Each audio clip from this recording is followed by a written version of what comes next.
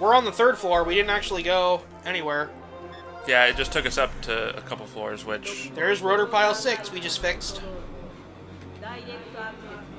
Okay. We got direct access of rotor pile 6. So saith the big spinning crucifix stone. Oh, and we're back here. Oh, cool. I bet money we're going to have to come from the other way, too. See the one that's blocked off over there? Goody.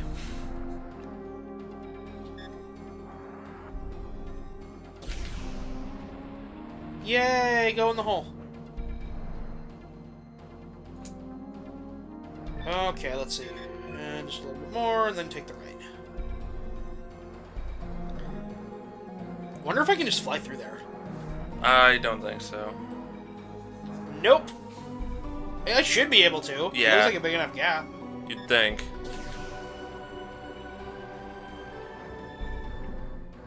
So, back to... And I would say this is another kind of fault of this game, is it repeats a lot of stuff. Like, they come up with a gimmick for an area, and they don't really do a lot with it. Like, that thing is kind of like, I figured out how to do that, and it's never been interesting after that. Yeah. The lasers, to their credit, they finally start and get it a little complex there, when it was like, okay, there's a gate in the middle and 2 rotating ones, and you have to time through all of that. Like, that was a little tricky. Yeah, there's... What you were saying about the story being... I don't remember if that was... probably off camera we were talking about that. Yeah, it was. Yeah, this is probably probably the most uninteresting story. Yeah, it's nothing to write home about. No. It's like, these are not classic iconic characters. This is very much written in the time it was written in. Of, hey everybody, if you haven't played a lot of JRPGs from this area, this is what they were all like. Kind of. There was a mysterious young girl, and there was a young boy who was out for revenge. Okay. Yes. Because I was going to use, like... And now most of them you would get friends. Yeah. So, okay, door number 1 or door number 2? Do we go to the door with that shape? Or with that shape? So, you're You know, saying... I'm going to say... Door A or door 1? This door looks like it kind of has an elevator icon on it, so I'm going to pick that because it's very cool. And we saved, so we can just turn the console off. That's true. You're actually absolutely right about that, in hindsight. It's probably an elevator. Maybe. Yep. Yay! But you're absolutely right. Boy meets girl, girl is mysterious, boy is somewhat mysterious, wants revenge for some reason. He doesn't know his past. He either does not... No, he knows his past, but he is missing parentage. And missing... Well, he knows his past and is missing parts of it. Because he doesn't know how he got down there. Anyway, end result being, you're absolutely right, because here's the thing. I've actually... This is something you may be surprised to hear. So, I've met with John Hancock a number of times at the Retro Fair, as you have a time or two as well. He actually believes this to be a better game than Final Fantasy VII. Yeah. And that's a very interesting... I say interesting, because I'm not saying it's wrong, but I'm not going to say it's right. It's an interesting way to look at it, comparing those two. Yes, they have very similar elements in that respect. They both have 2 mysterious characters, one of them more mysterious than another, one of them out for revenge. You know, this guy wants to get Kramen for killing everybody, Cloud wants Sephiroth for killing everybody and burning his town. Honestly, because like I said, this has come up a bunch of times before, honestly, not having played FF7... Oh god, I keep forgetting that! Oh, dude! I'm sorry. Yeah, not having played FF7, I think FF7 has a better story than this.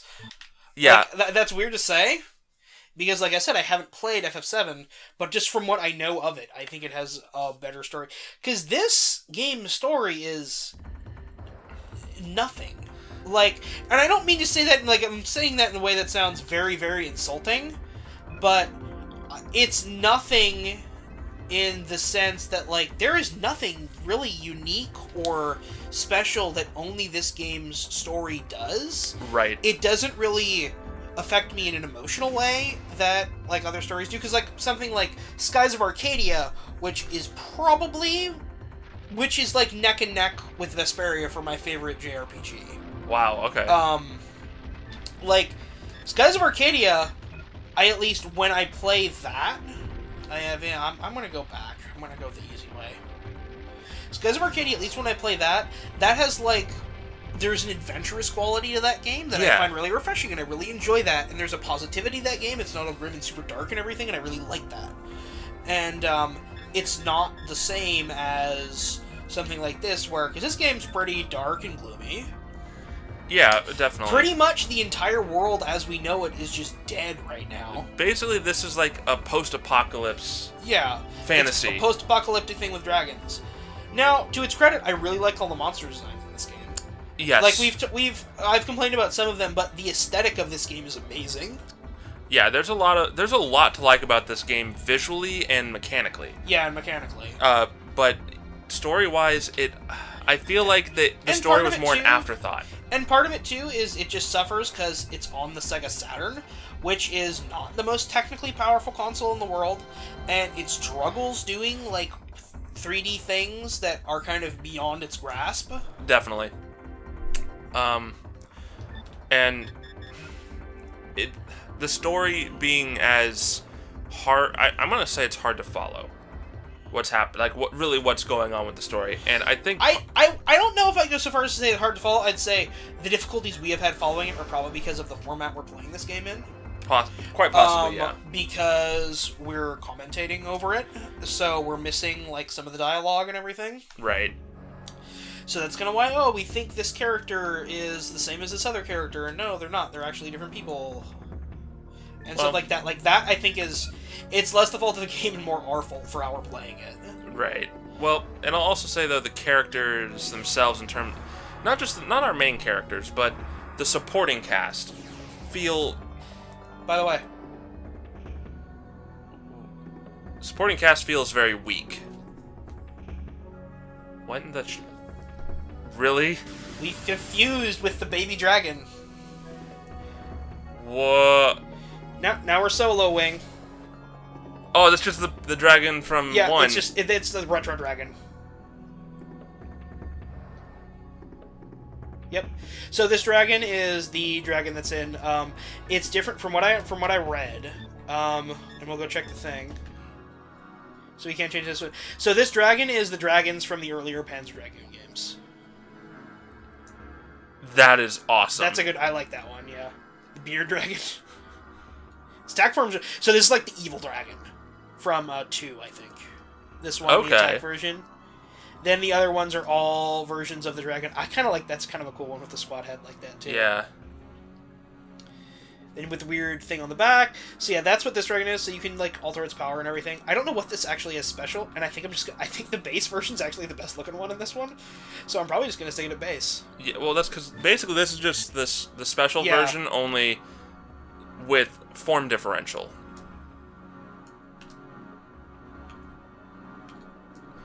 I can't get this exact. Yeah, that's about as close as we're probably There we go. We're good. But the supporting cast in this feels very weak. And for this game being called Panzer Dragoon Azel in Japan, Azel is surprisingly not a very present character in this game's story. That being said, she's still a very interesting character for as missing from the game as she is. The thing is, like, and compared to, like, other Japanese stories kind of this nature, this game really, really, really reminds me to the point, like, I wonder if people who worked on this worked on it. An anime series called Last Exile. Oh my god, you're right. I haven't thought of that show in so long. Dude, you know? Yeah, it's really similar, yeah, isn't it? Yeah. Dude, oh my god. I've only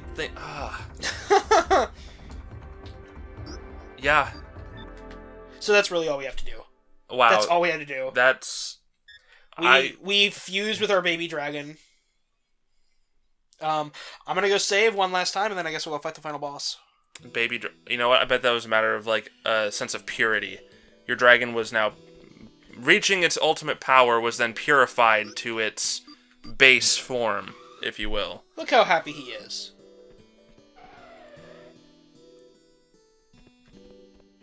So, Azel, before we go to the final battle, we need to make the baby that's going to start in the next game. So let's do that.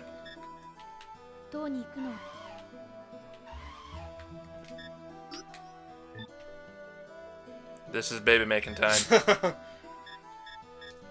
Yeah, about 15 hours. Excellent.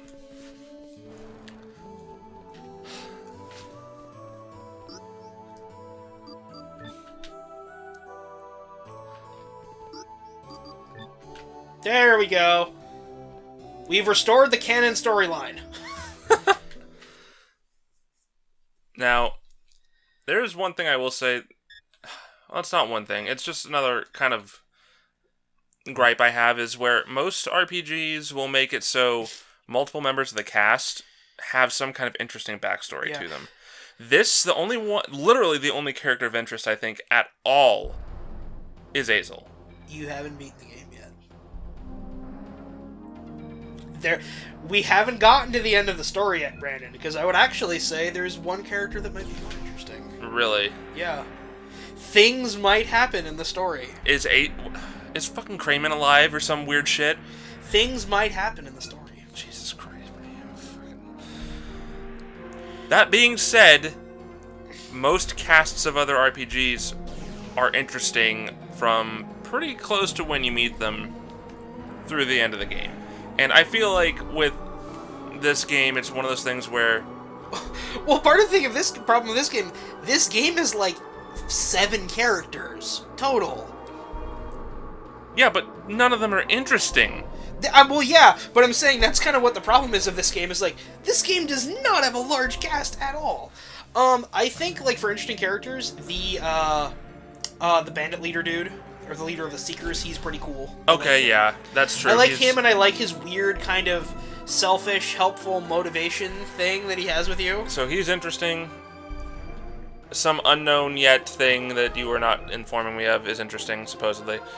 Azel is interesting. I guess Crayman can be considered somewhat interesting because of his pseudo-villain, not villain stuff. But, so, like, you've listed off those characters, guess what? So, remember when I said I didn't know if... Oh, here we go.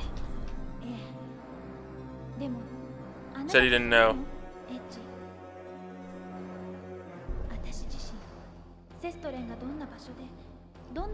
That's a very much a final boss door. With Oh, all God, the colors yeah. going to it like that.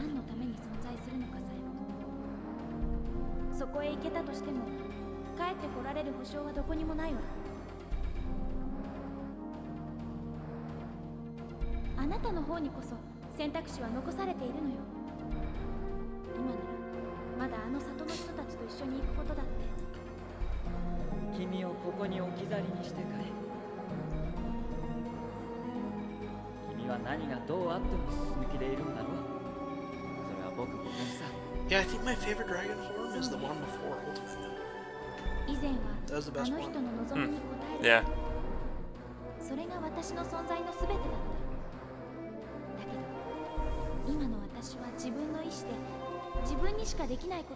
We have to have the free will conversation. So this conversation has always happened in these RPGs. Oh, yeah. Fate. And I will protect you. Jesus. That's just another comparison, too, when you talk about the free will thing. It's another comparison to 7. Because Cloud's straight up referred to as a puppet. Without free will or control of his own Okay, action. should we do it? Well, duh, of course we're gonna do it. We're gonna go kill stuff. Fine, we're gonna do it. So, as a boss. Do you want to do this in this episode? We're at 13 minutes. So, because I guess the last one ran long, so if you wanted to, you could cut these last 2 into 3. And we could stop it right here, and then you could do the final boss in the credits as an own episode. Yeah, alright. Okay. We'll call it here then. Well, this is going to be a bit of a shorter episode. We debated and decided that we're going to do the final boss and credits next time. So, you know, come back for that one.